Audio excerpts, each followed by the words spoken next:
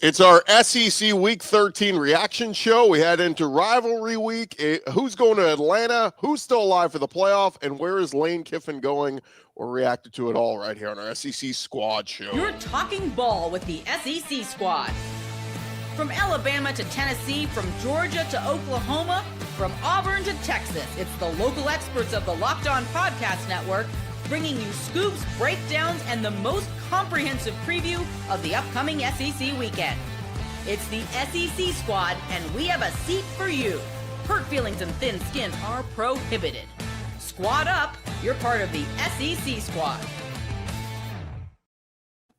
And it is our SEC Week 13 reaction show here on the Squad edition. And let's welcome in our crew today. We've got Jay Smith from Locked On Sooners. We've got Stephen Willis, Locked On Ole Miss. I'm Chris Gordy, Locked On SEC. We'll see if any other folks jump in with us along the way. But certainly we'll also work in some reaction videos. We'll hear from John Miller, Locked On Mizzou. We'll hear from the other half of Locked On Sooners with John Williams and Corey Burton, Locked On Vandy, as Vanderbilt has a lot to celebrate. But gents, welcome in. Today's episode brought to you by Gametime. Download the Gametime app, create an account, use our code Locked On College, get $20 off your first purchase. I want to start here, guys, because the biggest topic of the last couple of days, before we even get into what happened on Saturday, Stephen, is with you. It's with Lane Kiffin. We get the meeting of the minds on Friday. Some people thought maybe coming out of that, we'd hear some kind of contract extension and announcement, all this kind of stuff. Instead, we'll make a decision or release a decision on Lane Kiffin after the Egg Bowl. So where are we right now with Ole Miss and Lane Kiffin? Well, I'll tell you what I think I know. Not necessarily what the facts are, because the facts are, well, there's 3 schools out there. There was a press release. They're going to announce after the Egg Bowl expectedly. But this is what I think. And I think people tune into our shows to find out what we think about situations. And I think that Lane is gone. I think he's going to end up at LSU. I think that the offense, when Ole Miss this year, when Austin Simmons got injured, it kind of got tweaked a little bit for Trinidad Chambliss because they do different stuff, and Lane is involved in that. I think that this football game, because of the opponents, is the biggest regular season game in Ole Miss history. Because if you win that game, you go to the playoff and you host a playoff game. So the question on Friday, logically, if you just want to think of it that way, is the most important thing is winning that football game and what gives you the best opportunity to do it. I don't know exactly what was said or what's going on. That is where I am right now. What's interesting, our guy, Matt Moscona of Locked On LSU, was kind of listening to what he had to say. I think last night, doing his live show, somebody asked him, what percentage would you say Lane Kiffin is going to LSU? I think he said like 90-something% right now. Now, he said that's right now. Again, this changes all the time. And I had to be reminded, in 2016, remember going into that last game between LSU and A&M, ESPN on the ticker said Tom Herman has a verbal agreement with LSU. He's going to LSU. Texas ends up losing that last game. I want to say it was like to Kansas or something. And Charlie Strong, they decided, okay, we're going to make a change to here, and we're going to go poach Tom Herman away from LSU. And so within a 24-hour period, it was like LSU went from getting Tom Herman to suddenly they settled for Ed Ogeron. Now, it worked out. Texas didn't win jack with Tom Herman. LSU won a national championship with Ed Ogeron, so it worked out there. But in 21, it was the same thing. Everything had leaked out for about 3-4 days. Lincoln Riley is going to LSU. He's leaving Oklahoma, and you remember this, Jay. He's going to LSU. And what happened? Within a 48, 72-hour period, he's suddenly going to USC. He's scared of the SEC, and LSU goes and gets Brian Kelly. So while this is like set up right now for Lane Kiffin to go to LSU, this all could change very quickly. Yeah, the statement of I am not going to be the head coach of LSU will live in infamy with Oklahoma Sooner fans and most of college football, because everybody knows that line. As soon as you hear it, you're just like, yeah, that whole situation was a massive cluster. And kind of like in this whole situation, it feels like there's been backdoor negotiations for a bit. This has been planned that this is going to potentially go down. But it's just wild to me to see that he's doing this again. Like, Lane, what are we doing? And I'm saying this as someone that watched the whole Tennessee fiasco. We saw how bad things got at USC over time. You're in a great situation, period. All you've got to do is make sure you lock down, get the right players in there. And that's the one thing I can give to Ole Miss. The Grow Collective has been on the forefront of innovation when it comes to collectives. They have been at the front of saying, now we'll spend. Sure. Dude had like the top portal classes for a couple years, and then you started seeing them spending and recruiting as well. They started recognizing, okay, we need to get some more recruits to go along with these portal guys so we can build that cohesion, that chemistry, that buy-in. You have it. But now you're going to go leave and go to LSU. I get the mindset of, well, LSU has won 3 national championships in the last 25 years, and we only think one of the coaches that won is actually any good. I get that. I get that mindset that I could probably walk in there and win a national championship at LSU. I get that. But at the same time, dog, you got it good. What are we doing here? Why are you burning so many bridges? I am just honestly floored and surprised the dude ain't been blacklisted yet. Yeah, it's one of those weird things. Like 3 weeks ago, before the Oklahoma game, he had nearly 100% approval rating amongst the fan base. He could have done whatever he wanted to, whatever's going on. Right now, I genuinely think he would struggle to get a cup of coffee at Ajax on the square. And that is not because he's leaving. You hired Lane Kiffin. You went into this with your eyes open. You were prepared that he wasn't going to retire at Ole Miss. I mean, that's the way it was, no matter what was happening. And if Ole Miss makes a playoff, this was all worth it. No matter what happens, this was all worth it. But it's the way that all of this has gone down over the last 3 weeks. That's the problem. It's not the problem that it's happening. It is how it's happening. Exactly. That's been my take with all of it. It's, why are you doing it this way, dog? Just, your team's in the playoffs. Like, you really, all you got to do is win the Egg Bowl. Granted, it is a rivalry game and weird things happen in those circumstances. I totally understand that. But all you got to do is win that game. Well, let me throw in there. Good. Let me throw in there, Jay, because I've had a few people say this to me too. They're like, I keep hearing people saying, why is Lane doing this? Lane's not doing anything, is what this guy said. He said Lane wants to finish, like, in other words, if in a perfect world, what Lane wants to do is finish this season with Ole Miss. He wants to coach the Egg Bowl. He wants to coach them in the playoff and then make a decision on what his future would be. Ole Miss is the ones, and right, wrong, or indifferent, saying, we can't allow that to happen. We cannot have you go out there and coach a playoff team with the Ole Miss logo on your chest and then knowing you're probably going to leave when this run is over. And that's the tough part of this schedule that we're in now, with signing day being the first week of December, portal being the first week of January, is coaches cannot wait. It's just not, it's not feasible. And then on top of it, knowing he's going to a rival. This isn't like Lane is going to Washington and it's fine. He's going to go over to the West Coast when this is over. Right. He's going to play you next year at a different school, hypothetically. So the other part of it too is, guys, the championship odds just came out. 1, 2, 3, 4, 5, 6, 7, 8. Ole Miss has the 8th best odds to win a championship.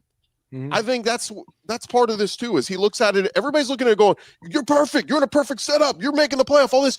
Okay, just because you make the playoff doesn't mean you're any closer to winning a national championship. Now, I do think this is a talented Ole Miss team.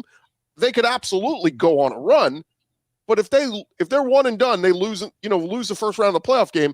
How much closer are you to winning a championship at Ole Miss? I think that's where he looks at the recruiting side at LSU, where that state recruits itself on top of the NIL commitment. Maybe that's what weighs the, because I agree with you. Like, on paper, Ole Miss, LSU, and Florida are all pretty equal in what the offers are, the talent, and all this. But is LSU just a little bit, does that tip the scales just a little bit more? This is where Ole Miss fans stand on this. Right now, Florida and LSU, either one that gets chosen is not closer to win a national championship than Ole Miss is right now. It might be in the future with what you're doing. It is not right now. And in the biggest game on Friday, the biggest game potentially in your regular season school history, you could have LSU's potential coach coaching against your other arch rival to get Ole Miss into the playoff. Think about that storyline. And everybody at ABC is going to talk about it. And if it made it to a playoff, it's like I told Jay, it would be a 4-hour recruiting commercial for wherever he ended up. Yeah. That is why that Ole Miss is taking the stance that's doing. Ole Miss should be the only school that benefits from Ole Miss making the playoff. Period. Yeah. And that's exactly what it is. It's going to be a big recruiting pitch for him for wherever he decides to do, even if that includes him staying at Ole Miss. And I understand the sentiment of Lane's not saying anything. Everybody else is all being done in the background. You know, Ole Miss wants him to give some. Yes, Ole Miss should want him to give some sort of a commitment. It's their school. They're about to go to the playoffs. It's just going to be so much chaos in the hiring. Heck, you got the rumors around Kalen DeBoer, which is really not rumors. It's that Penn State's interested. Doesn't mean that he is, but you know, it always sounds great to throw that out there in an article, but it could be, it's going to be chaos regardless. And so I'm just going to sit there with my popcorn and look at it, but I just don't get Lane's mumness on everything when he has dealt with this so many times. This is not the first rodeo we've had with him. He had the whole thing with the Raiders. Now it's an Al Davis thing. I'll say that, but his name is in. It's not coincidental that he is in the middle of all of this once again. Yeah. What if I pose this to you guys that Lane still hasn't made a decision yet?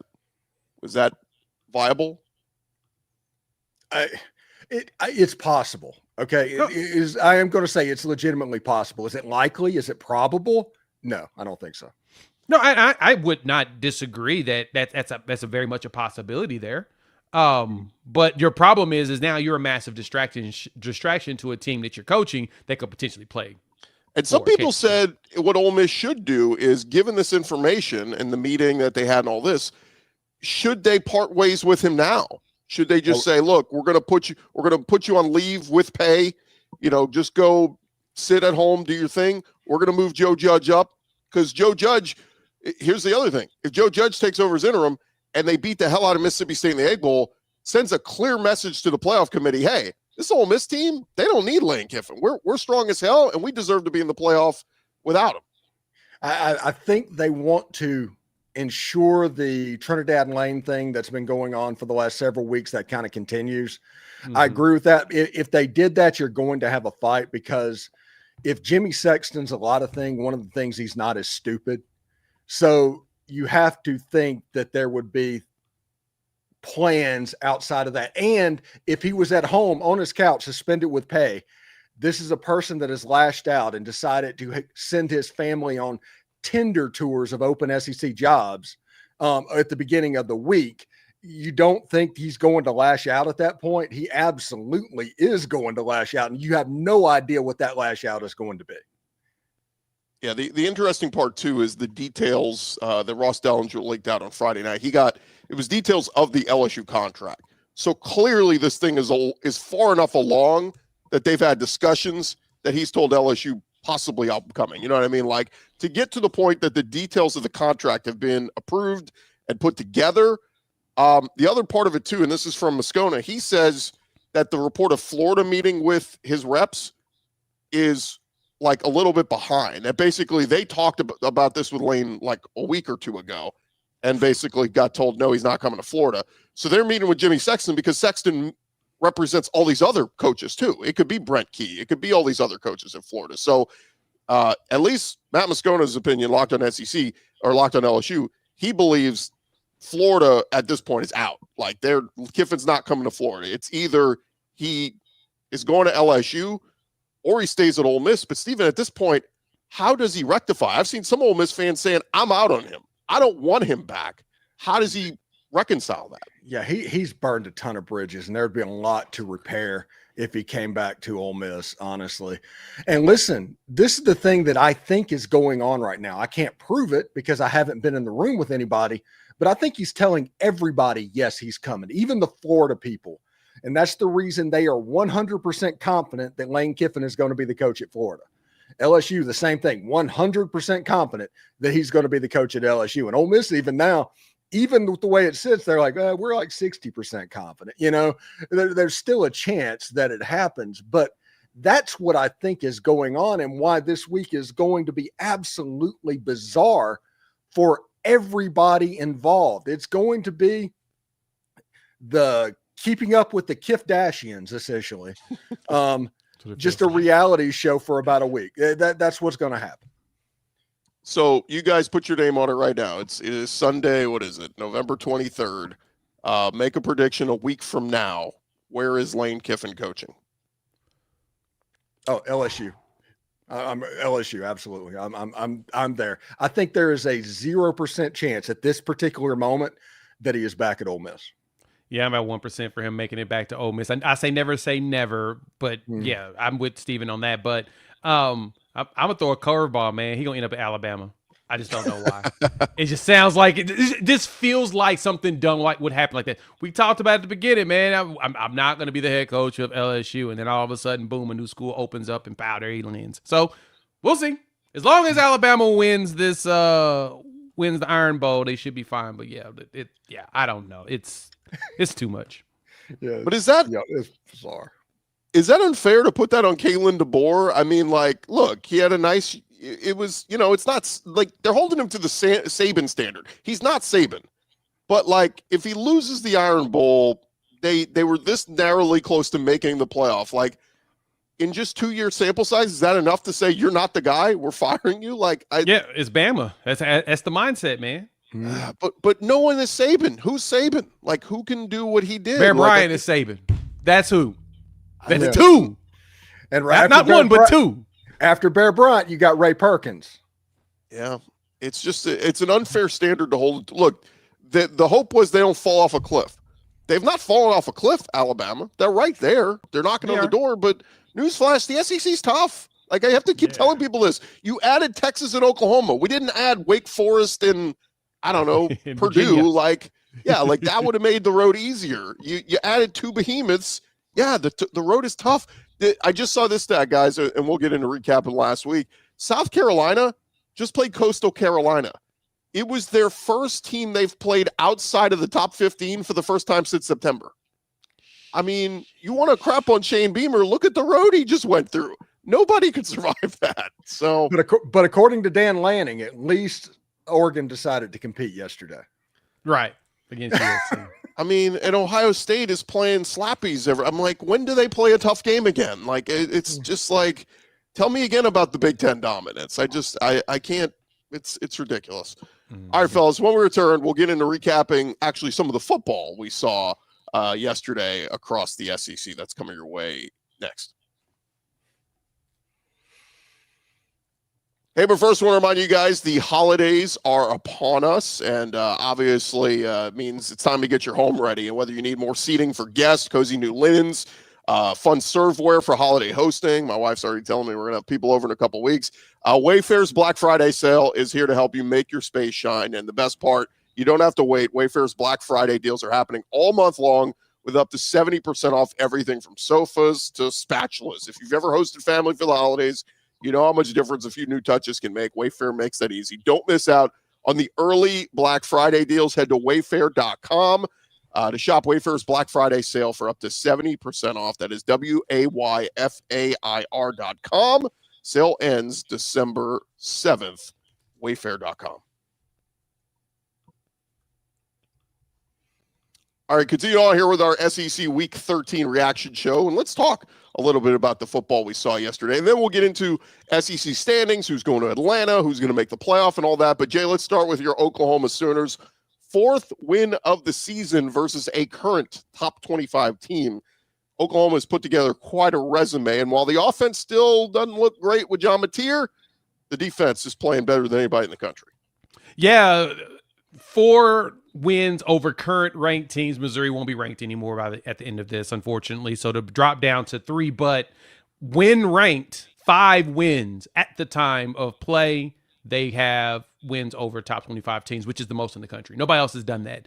And you're right. We're doing it in the most unconventional 2009 Alabama way of doing it. All defense, a little bit of offense. And the funny thing is that you see glimpses of offense there, but you can tell that offense is not healthy.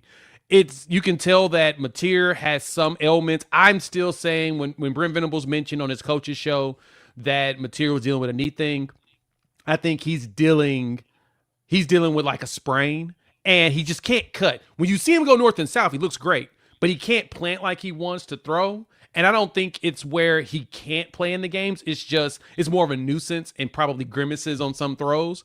So yeah, the offense ain't there, but man, the defense, that's what matters. That's what we should talk about. And that's the thing I'm trying to emphasize with Sooner fans and everybody else that watches. Dude, Ahmad Hardy and Roberts are probably the best tandem running back team in the country, period. He had 300 yards 2 weeks ago. The man, he leads the country in rushing. We held him to 57 yards. We did not let him do anything to us. And Drink, no matter what he tried, I still don't think it made sense to play Bo, but at the same time, I think the score would have been worse if Bo didn't play.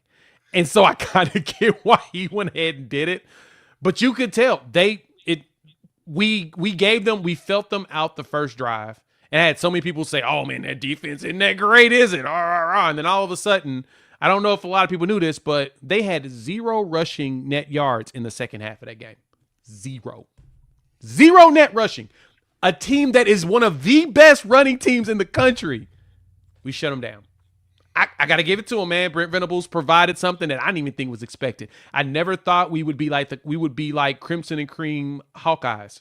Never thought that we would be the Iowa Sooners. It kind of surprises me. But we do have glimpses of offense, which I am happy about. You know, one thing that's interesting after seeing Oklahoma the last few weeks is Kejuan Lacey only ran for like 75 yards in that game. But how impressive does that look now with what he did? I mean, that win has just turned out to be just a shining beacon on the hill on Ole Miss's resume. And props to Oklahoma. I'm serious. They are rushing John Mateer back and not playing Michael Hawkins at quarterback from potentially being 11-1 and 5th in the country right now. Yep. Yeah, exactly. That's exactly my thought process too. There was your reasons. You know, you had some offensive line shuffles. You made changes at the Texas game, going into South Carolina, Ole Miss. You brought in your true freshman right tackle. You thought he was ready at that point when you dealt with an injury, and that was the one game to me. It was the Kejuan Lacey had a really good game. I mean, he had to run it 27 times in order to get there. But Kejuan Lacey is one of the best running backs in the SEC as well, and you were able to stop him from getting 100, which he's really good at getting that too. For Oklahoma, we are a woulda, shoulda, coulda away from potentially being like 11-1 if you didn't deal with a lot of banged up guys. And in this game, your running back's got a knee brace. He said it at the beginning of the week. Brent Venables mentioned Xavier Robinson said his knee's sprained. He's like, just throw some tussin on it, put a brace, let's go, let's ride. And he's trying, but man, the thing for Oklahoma is you win this game against LSU, you're in, which is a good thing. But then you get a couple weeks of rest. And that's going to be probably, to me, the most critical thing for this team is heading into this winter when things get really cold and people don't like really being out there on the field in like deep football weather. Having a stout defense is going to be a lot more beneficial than people realize. Yeah, it's interesting too. Looking at, watching LSU last night, it was I had it on the extra TV, and what a debacle. I mean, they've gone to Michael Van Buren. He's not great. That offensive line is still miserable. Looking at all the teams that are playing this week, rivalry week and all this, I don't see any path that LSU beats Oklahoma unless LSU gets a defensive touchdown, a special teams touchdown, Mateer fumbles and LSU scoop and score. Like it's going to have to take something like that. And just knowing what's on the line, Jay, Sooner fans are going to show up, shut that stadium as loud as it was yesterday. I think it's going to be even louder on Saturday, knowing what's on the line. Oh, yeah, it's going to be rocking, especially because this is the game that gets you there, gets you to a place that so many people said that Oklahoma was not going to be able to get to. So many people mentioned that Brent Venables just wasn't the guy to get Oklahoma to this level where they needed to be. And fans are excited at the fact that we flip-flop from offensive dominant team to a defensive dominant team. And it's weird. It's really, especially weird for most Sooner fans. We're so used to having just offenses for like the last 20 years. And then you come in and you're beating team 17-6. Like, that's just odd. It's like an odd feeling to look at and be like, that was a dominant win, but it was 17-6. You would think it would be 48-6, but that's not how it plays in the SEC. Usually when you have high scores, it's because it's a shootout. Neither team can stop anybody unless you're playing Kentucky, which I'm jealous that so many teams get to play against Kentucky. Well, we don't get that opportunity, but you're seeing these games where people have to fight to win, and I have an appreciation for that now. I actually appreciate it a lot more than I thought I would. But you're right, Gordy. LSU coming into town, I expect the fans to be ridiculous this weekend. I expect more fans to be in town than expected, especially because it's the holiday. And with that, just go win. Keep the defense stout. Win. You get a break, and then you can focus on trying to figure out who you're going to play against. I'm ready to see what the committee does to us, if you want me to be honest. Well, let me throw in another game too, and we'll kind of wrap all this up into the playoff spots. Vanderbilt beats up Kentucky 45-17. Keep in mind, this was a Kentucky team that was playing much better as of late. I mean, they were their defense was playing very well. The offense was playing much better. So, and I get Cutter Boley got hurt early in this one, and Zach Calzada had to come in. But to me, the story was, I mean, we saw what Kentucky's defense did to, I mean, completely shut down Auburn, completely shut down Texas and Arch Manning a couple weeks ago, and then took it to Tennessee Tech last week. It was undefeated, 10-0. I get it, it's Tennessee Tech. But for Diego Pavia to have 532 total yards, 6 total touchdowns, 33 for 39, I mean, it was surgical what he did to them. And, look, they're not going to get a ton of credit for beating a 5-5 Kentucky team. But the more I look at Vanderbilt, man, like, they deserve a shot. I mean, their 2 losses were to Texas and Alabama. I know it's going to get into a debate on resume wins and all this, but I just wish there was a world that Vanderbilt could get in at 10-2 if they take care of Tennessee. One thing that's interesting, I'm glad I finally get the Stranger Things upside down world look where Tennessee gets a chance to play spoiler against Vanderbilt for the college football playoff. I needed that air, honestly. But if Diego Pavia beats Tennessee, he should win the Heisman Trophy. Yeah, I agree. If you won 10 games at Vanderbilt, you should absolutely win the Heisman Trophy. I'm in 100% agreement on that one. If he pulls that off, that's your Heisman moment, Diego Pavia. You pull that off because last 3 weeks you've been balling. But if you pull that off and that propels you, there's no one more valuable to their team than that dude. And let me just add this: Vanderbilt. Somebody tweeted out, Diego Pavia saw the opportunity to make a Heisman statement against Tennessee, and he took it. I mean, there was, people were like, "Oh, why are they still throwing it?" Because he's trying to pad the stats to make a case. But this was Vandy's first 9-win season at this point in the year. Ever. As members of the SEC. This goes back to 1933. Now, they did win 9 games 4 times before, but that included the last week of the season and a bowl game. Vandy has never won 10 games in a season. So that's what's on the line here. If they beat Tennessee this week, they will have the greatest season in Vanderbilt history. To me, I get it's only a 12-team playoff. If it was a 20-something game playoff, they'd be in. But I think Vanderbilt deserves as much consideration as possible. And listen, there's some serious rumors and smoke around that Jared Curtis might flip to Vandy. Vandy has never signed a top 100 recruit, much less somebody that high. I'm telling you, things are going up a little bit different on West End right now. Oh yeah, that's going to be a fun. Yeah, that's. Oh my goodness. If they're able to flip him, the number one, man, and to be truth be told, that's honestly not really that big of a loss for Georgia. If I'm being honest, how many 5-star quarterbacks have they been really successful with? Like if you really go back and look at it, I mean, Matt Stafford's probably the last one that's really was something. A lot of the other ones ended up transferring out. Justin Fields left. Fields left. Jake Fromm was a 4-star. Eason was a 5-star. Left, went to Washington. They had Raiola. He flipped. They had Raiola. Vandergriff. Brock Vandegrift was a 5-star. Ended up at Kentucky and then just was not very good. Like you go down the list of their recruits. Dylan Raiola was committed and then flipped. They always end up better without the 5-star. That's what you're learning about the way Georgia plays. And Stetson Bennett's is statue worthy at Georgia. Exactly. And he's a star. Yeah. Okay. And Gunnar Stockton's playing. Like I get, he was a little bit more highly touted, but like Gunnar Stockton's playing his ass off right now, and playing really well. And playing really well. One more I'll squeeze in here real quick, guys. Texas takes it to Arkansas 52-37. Look, this thing was close at half. I mean, we talked about it for weeks.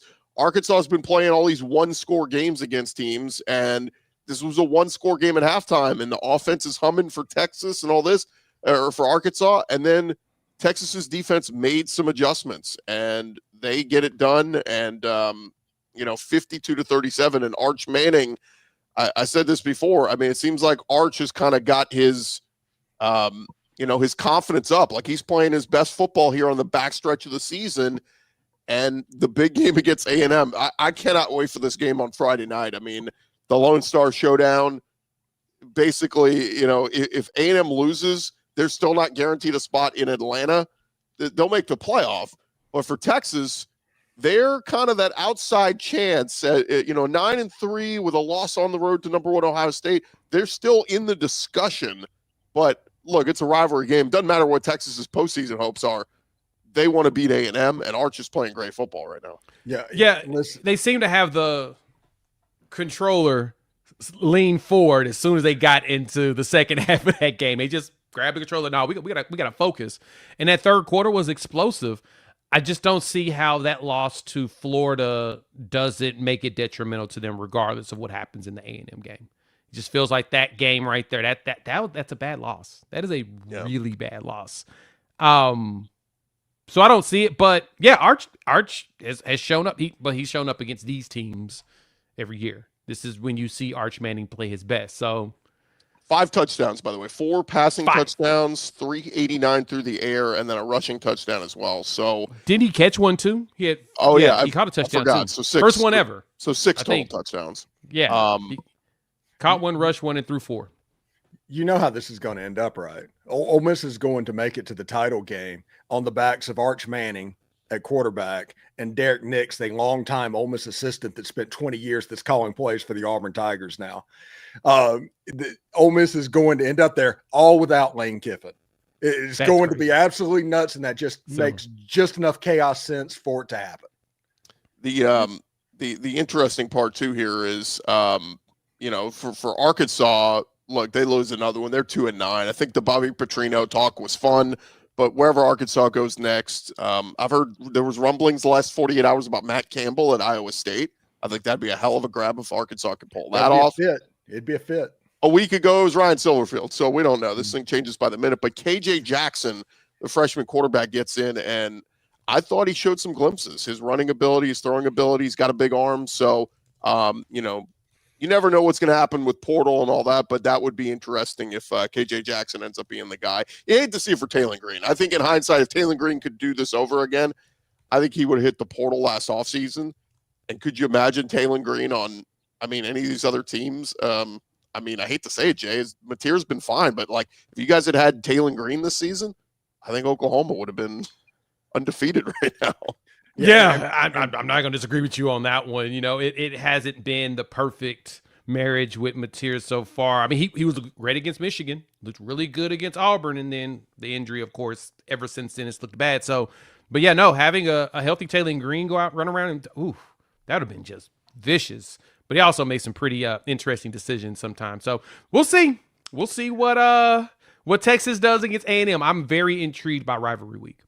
And I just want to say, believe it or not, even though that Texas won the game by multiple scores, I'm actually happy that that happened for John Neighbors, because nobody deserves what the host of Locked On Razorbacks had to go through this season.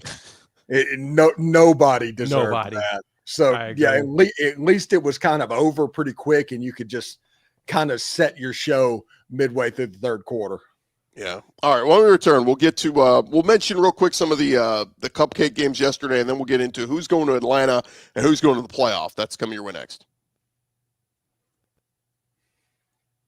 I want to remind you guys, with just a week left in the regular season, you can still get tickets to all those big rivalry games using the Gametime app. It's the app that gives the advantage back to fans. It's the easiest way to score last-minute tickets at the best prices, no surprise fees. What you see is what you pay. I'm telling you, Gametime app makes it super simple. You can even see the exact view from the seat before you buy. I've used it multiple times this year for college games, an NFL game a couple weeks ago, an NBA game this season. Paid a little bit more. I went sweet life. on the NBA game. But look, Game Time gives you that option. And so check them out right now. And their zone deals, you pick the section.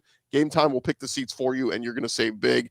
Take the guesswork out of buying tickets for college football games and every other event with Game Time. You download the Game Time app. If you've never used them before, create an account, use our code LOCKEDONCollege.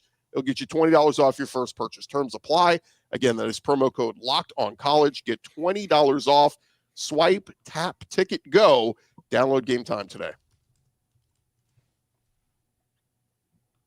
All right, fellas, as we get into recapping yesterday, just running around looking at some of the cupcake games out there. Samford, they had no chance against A&M. A&M rolls 48-0. A&M now 11-0, undefeated, one of their best seasons ever. Whatever happens here from here on out with Elko and A&M just goes down historically one of their best seasons ever. So good for them.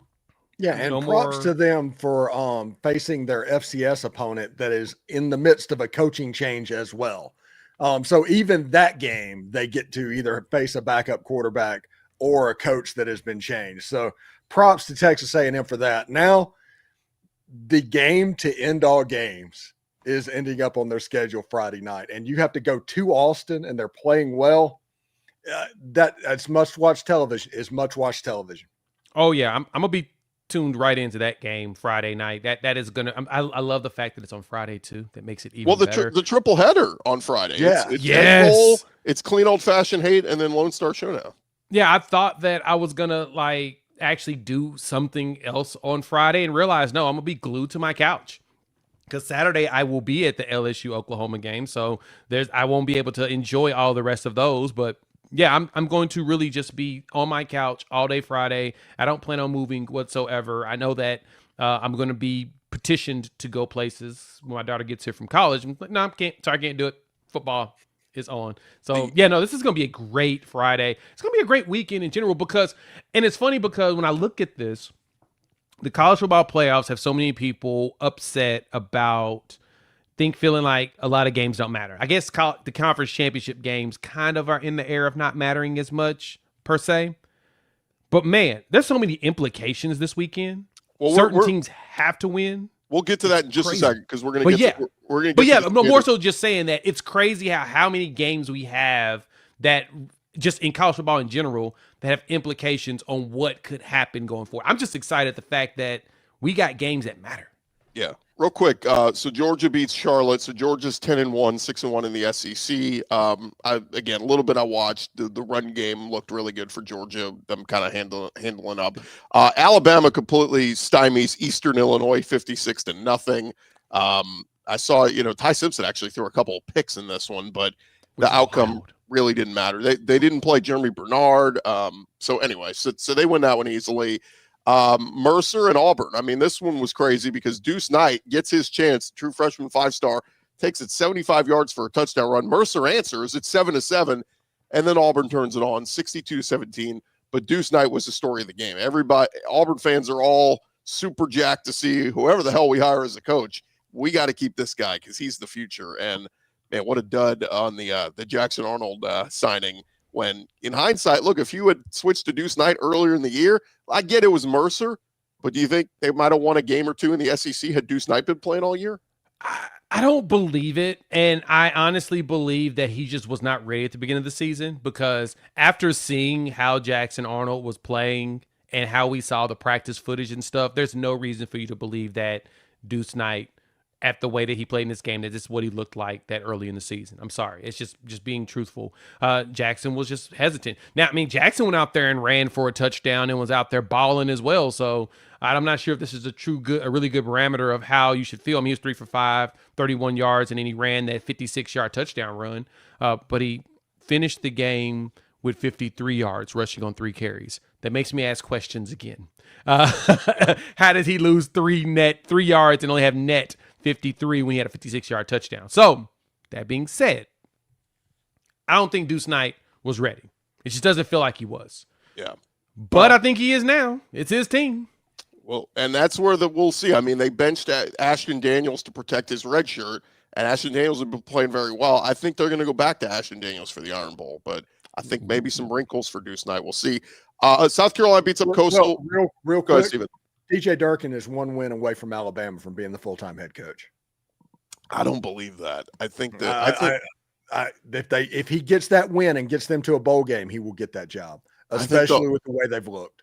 I think it's a tough sell. I think Auburn fans want to keep Durkin as the DC, but I think that, I mean, last I heard a few days ago, they were all in on Tulane coach John Summerall. So yeah, they're trying really hard to get this closed before the Ole Miss job comes open. Well, yes. and then Florida, he's like on their top 5. He's in LSU's top 5. So John Summerall is going to be somewhere in the SEC next year, it feels like. But yeah, and I feel like that's the only places he's going to be. I think it's going to be between LSU, Florida, Auburn, and Ole Miss. I think it will be an SEC job. I mean, he's in Louisiana at Tulane, so he's not going to leave this area if he can avoid it. And so, yeah, that to me is I feel the exact same way. He ain't going nowhere. South Carolina beat up Coastal 51-7. The only thing of note here is LaNorris Sellers started to look a lot better. Why does that matter? Scouts have their eyes on him, and he's still being talked about as a potential top 10 pick. And this is going to be a big decision for the Sellers family is, can he get how much can he get in NIL money next year? Either one, to stay at South Carolina, come back for another year, or 2, go elsewhere and get paid top money. Ohio State's could be fine with Julian Sand, but like a program like that, I don't know, Notre Dame or somebody, if they pay him top dollar, Sellers has that versus, are you a potential lock as a top 10 NFL pick? Because if you are, you got to go. So kind of interesting on that front. Yeah, I'm intrigued to see what Sellers decides to do. He has the physical traits, kind of like Anthony Richardson, to where coaches will say, we'll rather have you and we can fix all of your problems, which we've all learned that that's very hard to do. It's not impossible. It's just very hard to do. He's probably going to have to just go to the league. If he's got a chance of being a top 15 pick, you leave, period. Now, if it's less than 15, come back. You're going to make more money in college. Just like you said, Gordy, you can go to some other program or stay at South Carolina, and they'll up the ante on the pay for you and Dylan Stewart to be there one more year and see if they can make a big run. And if that run doesn't work, when you go to the pro, Shane Beamer gets fired and they start from scratch again. So it's okay. You got good options, but truth be told, it may be in his best interest to go ahead and just hit the league. So real quick, 2 other games. There's so much happening. LSU barely survives Western Kentucky. It was 13-3 with like a minute to go. LSU was still running the football for some reason. The ball pops out. Western Kentucky takes it back to the house. It's 13-10, and they're an onside kick away from this thing possibly going haywire. So at least LSU gets it done. But I think all the focus of that game last night was, are we getting Lane Kiffin or not? Nobody cared about Western Kentucky. Yeah, they were dropped pass on a trick play on the goal line by the quarterback away from potentially the way it played out, losing that game. It got weird there for a minute, but they were able to pull it out at the end. And, hey, a win's better than a loss, especially whenever you're just kind of playing out the string. And I don't know why I always say. I don't know why we skipped over this. Tennessee does break the 20-year curse. They finally get a win in the Swamp, 31-11. Tennessee still top 25. They're 8-3. Give the Florida fans credit. I have a buddy who was at the game who said, dude, Florida fans, for as bad as crap is right now, they showed up. They were loud. They came out to support their team. Unfortunately, the team didn't give them anything to root for, but I give the Florida fans credit. They showed up for that game, and they were loud, but they were hitting the exits by the second half. But good on Tennessee for taking care of business. So now, guys, let's jump into taking a look. So here we are, heading into SEC week, whatever this is, 14. SEC teams, well, actually, first, sorry, I pulled up the wrong graphic. Take a look at the standings. A&M 7-0, Georgia 7-1, Ole Miss 6-1, Alabama 6-1. The interesting part here is who's going to Atlanta. A&M still has not clinched a spot. Why is that? Because if they lose to Texas and they're 7-1, they don't hold the tiebreakers over some of these other potential 7-1 SEC teams. Nope. Because of either head-to-head or not head-to-head, because they would get in if it's head-to-head, but conference win percentage and strength of conference opponents and all that stuff. So basically it's easy, guys. A&M wins and they're in, and I think it's is it Alabama? If they win the Iron Bowl, they're in. Yeah, so, they're automatically in. So they have the strongest winning percentage opponents in conference. And Georgia losing the head-to-head to Alabama is what would keep them out. Now, if Alabama loses the Iron Bowl, I believe Georgia's in no matter what. Yeah. So that's the tough part here. And then there's still a path for Ole Miss if A&M loses and Georgia and Alabama loses. I think that's the path for Georgia and Ole Miss to both get in. So I don't know. This thing is still very much up in the air. And, again, if you're one of these 4 teams, you got to be questioning, do we even want to go to Atlanta? Yeah, that's absolutely the truth. I mean, Ole Miss fans would rather go to the playoff and not have to worry about Atlanta. But I'm telling you, if you just look at the wackiness that is college football and the storylines that are attached, losing a game in Austin, Texas, and losing a game in Auburn, Alabama, that is not outside the realm of possibility at all with what's going on. And all you have to do is beat Mississippi State, and all of a sudden Ole Miss is in Atlanta. Again, we always talk about it. I want those jokes to go away about Ole Miss not knowing how to get to Atlanta. I want that to go away. But in the end, Ole Miss fans would rather just a home playoff game, a couple of weeks of rest, and a chance that you don't get players injured. How awkward does that make things too? If Ole Miss goes to Atlanta and Lane, what does Lane do? Yeah, seriously, it would be at the point where he has to be running out of time unless he's just going to go. And because you're getting into December at that point, and then the playoff is 2 weeks away, and it just gets bizarre. It just gets weird. But that might be the reason that they kick the can down the road a little bit at that ultimatum meeting on Friday, is because if Ole Miss wins and Ole Miss ends up in the SEC championship game, that kind of changes the calculus. It does. It changes a lot of things, and that's an additional game for Lane Kiffin to have to coach and potentially coach or not coach, and make things weird. But yeah, I love that there are so many implications for not only the conference championship, but even the playoffs. It's going to be a fun weekend this coming weekend. Things matter the last weekend of the season, which in a lot of situations they didn't. I think only one of those upsets happens, by the way. Texas beats A&M or Bama, or Auburn beats Bama. I don't think they both happen. What do you guys think? I don't either. It is a little bit of a long shot, but I'm going to make my predictions with my heart. Yeah, it's again, every week we've seen upsets, it feels like. So there maybe is a chance. But by the way, some breaking news out of the ACC. Florida State is officially retaining Mike Norvell moving forward. So Norvell will not be fired. That massive buyout is just too big. And so as somebody tweeted, great news for the rest of the ACC that Mike Norvell will be back at Florida State next year. So bad news for wherever Lane Kiffin ends up. Yeah, how, I guess, so crazy, the fall from grace. He won the ACC, went undefeated, lost his quarterback, and of course missed out on the playoffs because of it, but then he just can't win games since. It is wild. Like, did he make a deal with the devil and didn't pay his portions? Like, what happened? How could that happen? Crazy fall from grace. Well, let's take a look at the last graphic, guys, that I put together here. And this is SEC teams in the playoff hunt. So SEC championship game aside, here are the best case scenarios. And I think at this point, guys, A&M is in no matter what happens, right? Whether they play for an SEC title, whether they lose to Texas, I think A&M is in. Georgia and Ole Miss also feel like locks. But again, if Ole Miss loses in the Egg Bowl and Kiffin leaves, I think there may be some precedent to drop them. Georgia, I mean, look, Georgia Tech gave them a 7 overtime game last year. So that could be craziness this weekend. And then you got Alabama with a win and you're in at Auburn, and then Oklahoma against LSU, obviously. Vanderbilt's the one that gets sketchy. I did put Texas in here at 8-3 because if they beat a top 3 A&M, that's a big resume win. But, I just don't know if 9-3 would be enough to get in. But what do you guys think on how many teams the SEC gets in? Yeah, I've been looking at it like crazy, and you're going to need some help from outside of the SEC. You're going to need some help from, teams actually, the Big 12, some teams losing or whatnot. I just don't see a reason to really shake things up when I'm looking at the top 12. If everybody wins, there's no reason to really even move anybody, regardless of conference championship. I think the only thing you change in conference championship wise is Ohio State, Indiana. Who wins that game gets 1, the other one gets 2. But does that really matter as much? besides the jersey color, because you're going to get a bye week, you're going to host a game, and then you're going to go to the bowl sites regardless. So it almost doesn't matter in that capacity.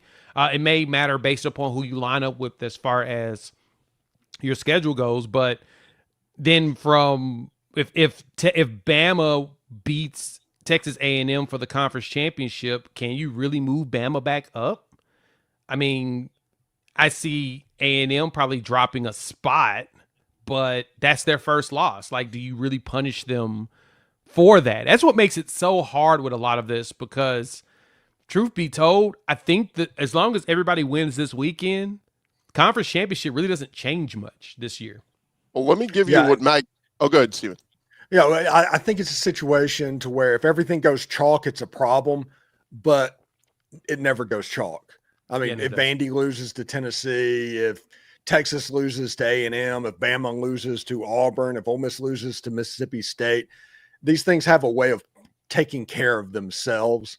So it's a cop-out answer, I know, but I think it's going to end up being 4 teams, and we'll find out after this weekend which 4 teams those are.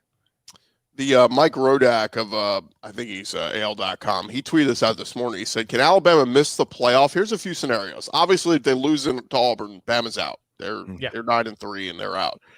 If they beat Auburn but lose in the SEC championship game, there's a world where the Big 12 champion, if it's BYU, could jump them, or Texas Tech is also in, and the Big 12 champion and BYU gets in as well. So there's that. There's also the chance where Bama gets the SEC championship game, loses, it's a third loss, and a 10-2 team like a Miami could jump them too. So this is where it gets really sketchy, where it's like you want to go play for an SEC championship game, but for the committees, for on their docket, how much do you punish the loser of the SEC championship game if it's a third loss? And you're 100% right on how, and that's the one thing I hate about how this is set up.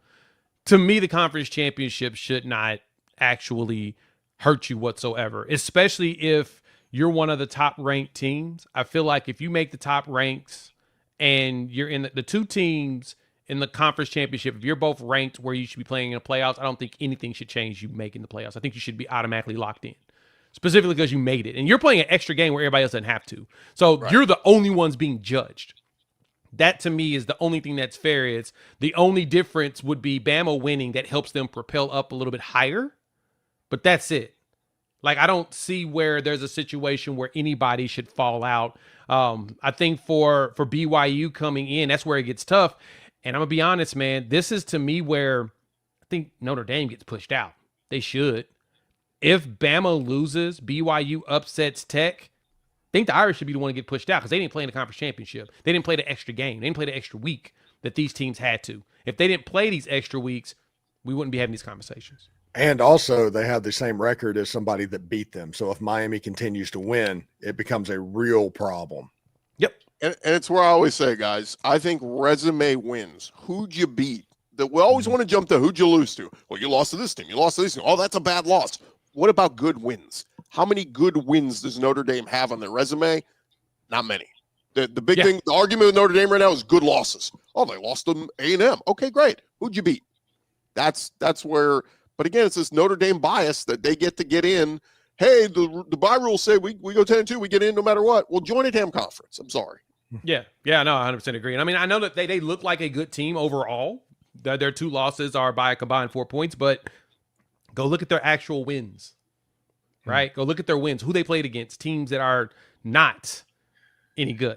Who is their best win? USC? Yeah, who they just beat like a week ago, who just took another loss, right? So they're going to be Oregon. like 20th or something like that in this week's poll? Yeah. I think the coaches poll just dropped, and USC's number 20 on the coaches poll, so I expect them to be around the same in the AP and probably around the same in the CFP. It felt like a ruse when they pushed Pitt into the top 25, literally the week Notre Dame was going to play them. Yeah. And then Notre Dame beat the hell out of them. them. And then they go, oh, it's a top 25 win. No one thought Pitt was any good. What are we doing here? And then Pitt just beat Georgia Tech. Now they're back in the top 25. They will be back in the top 25. So that's going to be that'll be 2 top 25 wins for Notre Dame this year. Yeah, Now, well, if Pitt goes and wins the ACC, then I can't say much because they're actually on the cusp of doing that. I think Ole Miss is the only school, by the way, for people that are talking about resumes that'll have wins over two teams that are probably likely going to be in the playoff field this week. well, before we wrap it up, guys, let's hear what some of our colleagues had to say about their games this weekend. Let's start with Gordy, that was weird. With the win against or the win for Vandy. Here's Corey Burton. A historic night for the Vanderbilt Commodores as they dismantle the Kentucky Wildcats 45-17. Diego Pavia, historic night, over 500 yards of total offense by himself. The team, over 600 yards of total offense, and just absolute domination from start to finish. Diego Pavia throwing 5 touchdown passes and throwing for almost 500 yards himself. Accounted for 6 touchdowns, did have that 1 interception, but this team is ready for a playoff push, and I think Diego Pavia deserves a seat in New York City at the Heisman Trophy award ceremony. I'm not sure who's going to win it, but it's up in the air right now, and Diego Pavia is very much in it, as is any other candidate. So, guys, this Vanderbilt team is very, very dangerous. Up next is Tennessee, and we'll see kind of what they have this week on the road at Neyland Stadium post-Thanksgiving. It's going to be a fun ride, guys. Anchor down.